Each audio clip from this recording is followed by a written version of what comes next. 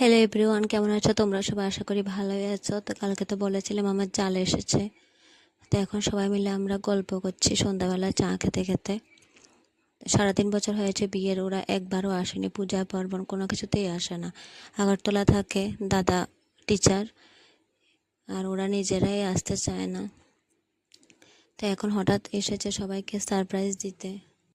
কখন বিয়ের সময় দেখা হয়েছিল আর এখন দেখা হয়েছে। এদিকে দিদি চলে যাচ্ছে, আমার নন্নাস।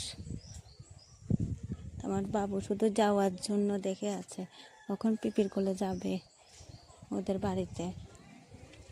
ও তো খুব কষ্ট পাচ্ছে যাওয়ার পরে। এখন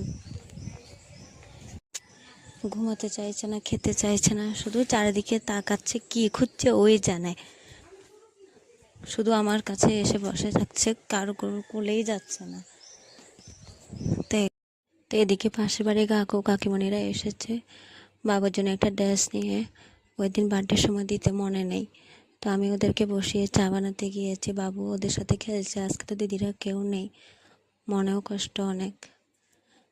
তো চা বানাতে বানাতে একটু বেঁচে গিয়েছে, ওটা আমার জন্য নিয়ে নিয়েছি আমি। আজকে 2বার খাওয়া হয়ে গেছে আমার চা।